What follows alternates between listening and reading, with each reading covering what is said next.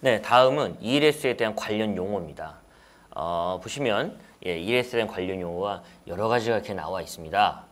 실질적으로 ELS 지금 투자하시는 분들 그리고 투자 고객분들이 ELS를 접하게 되시면 정말 뭐 갑자기 듣도 보도 못한 용어들이 막 튀어나오시거든요. 그럼 그 부분들에 대해서도 좀 학습을 해 놓으시고 이게 무엇이다 라는 부분에 대해서 좀 자세히 아셔야 그래야 이제 그 좋은 상품이 어떤 것인지 이 상품은 과연 위험한 상품은 아닌지 라는 어떤 그런 부분들을 아실 수 있으니까 그래서 이 그 관련 용어를 간단하게나마 말씀을 드리고자 준비를 하였습니다.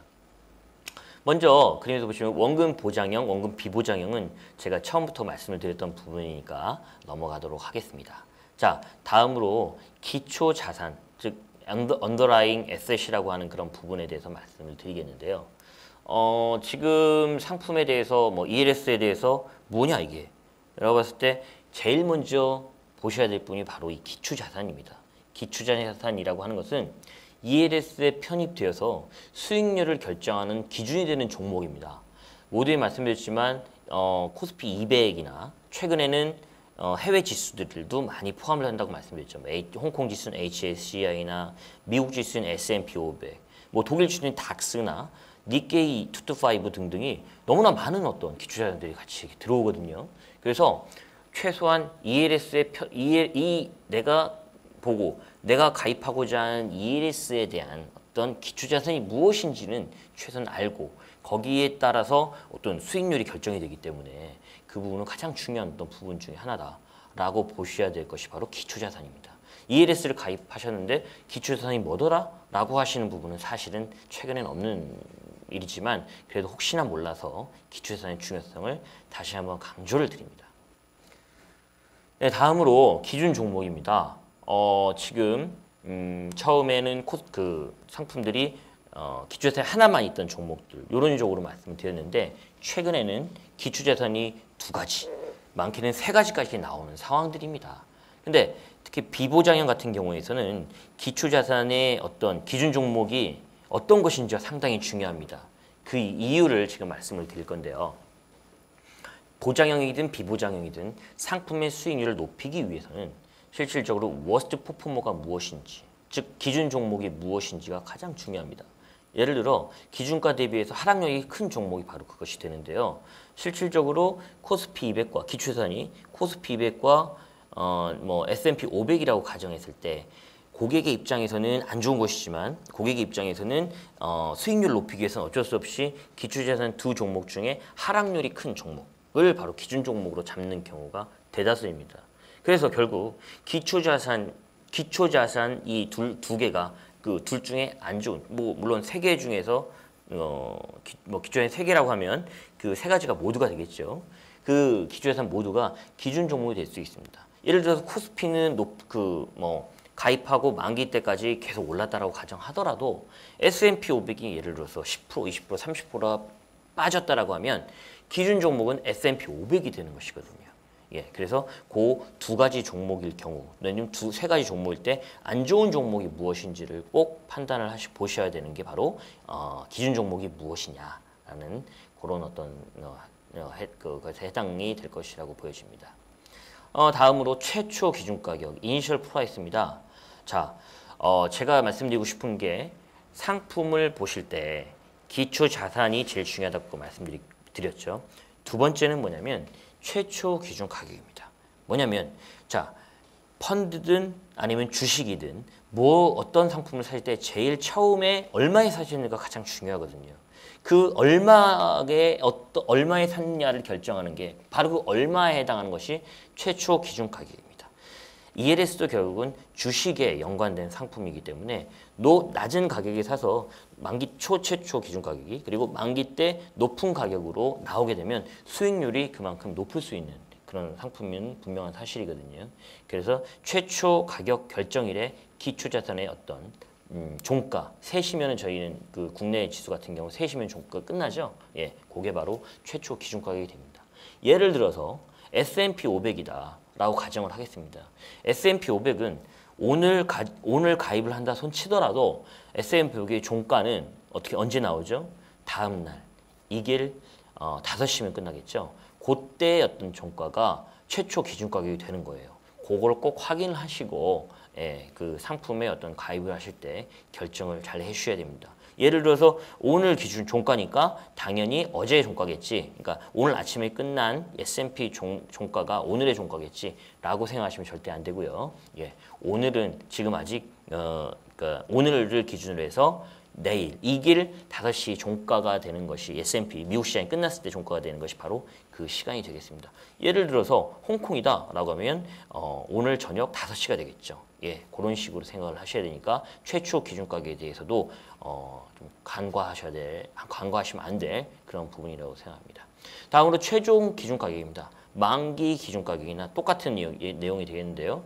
최종 가격 결정일에 기초자산의 종가가 되는 겁니다. 아까 말씀드렸죠. 이니셜 프라이스 최초 기준 가격 대비해서 최종 기준 가격이 얼마가 되었느냐. 이게 바로 ELS의 어떤 상품의 좀 수익률을 결정하는 가장 중요한 지표가 되니까 그것도 반드시 참고를 하셔야 됩니다. 다음으로 자동 조기 상한 기준 가격입니다. 모두에서 말씀드렸지만 조기 상한, 그러니까 만기가 3년이더라도 조기 상한 조기 상한이 뭐 6개월마다 있다라는 어떤 상품이라고 하면 최종 기준 가격도 중요하지만 자동 조기 상한 기준 가격도 정말 중요합니다. 왜냐하면 자동 조기 상한 기준 가격에 소위 말해 그 자동 조기 상한이 되는 어떤 그런 그 조건이 된다면 만기 최종 기준 가격까지 보실 필요가 없거든요. 그래서 6개월마다 한 번씩 돌아온다고 가정하면 6개월마다 한 번씩 돌아오는 어떤 그 자동 조기 상한 기준 가격을 반드시 확인을 하시고 언제 종가이더라라는 걸 꼭 확인을 하셔야 최초 기준 가격 대비해서 얼마나 뭐 빠졌을 때 얼마나 또 올랐을 때 그 상품이 조기 상한이 된다라는 것을 확인하기 위해서는 꼭 알아두셔야 될 기준 가격이 된다고 생각합니다. 네, 다음으로 중간 가격 평가일에 대해서 알아보겠습니다. ELS에서 설정되어 있는 조기 상한 결정일인데요. 아까 좀 전 슬라이드에서 보셨듯이 자동 조기 상한 결정일에 나왔던 그 평가 가격이 도대체 언제 가격이냐 중요한 부분이 된다고 말씀드렸죠. 따라서 중간 가격 평가일도 중요한 어떤 그 용어 중에 하나라고 말씀을 드릴 수 있겠습니다. 다음으로 이제 조기 상환 수익률인데요. 예를 들어서 만기가 3년이고 조기 상환 평가일이 6개월마다 있는 상품으로서 연 수익률이 10%다, 10%라고 가정을 한다면 조기 상환 수익률, 즉 6개월 만에 조기 상환이 됐다고 가정하면 실질적으로 연 수익률 10%에서 6개월마다 되니까 1년에 10%를 받는 것이죠. 6개월이라고 하면 그거의 반, 즉 5%의 어떤 수익을 받게 되는 것입니다. 그게 바로 조기 상환 수익률이 되는 것이고요. 다음으로 참여율, 장벽과 리베이트 관련돼서는 지금 간단하게 보시고 요거는 사실은 이따가 보장형 설명을 드릴 때 좀 자세하게 말씀을 드릴 부분입니다. 먼저 간단하게 읽고 넘어가도록 하겠습니다. 참여율이라고 하는 것은 주가 상승 시 또는 하락 시 상승 또는 하락분의 몇 % 이익을 취하는가를 결정하는 그 율이 되겠고요.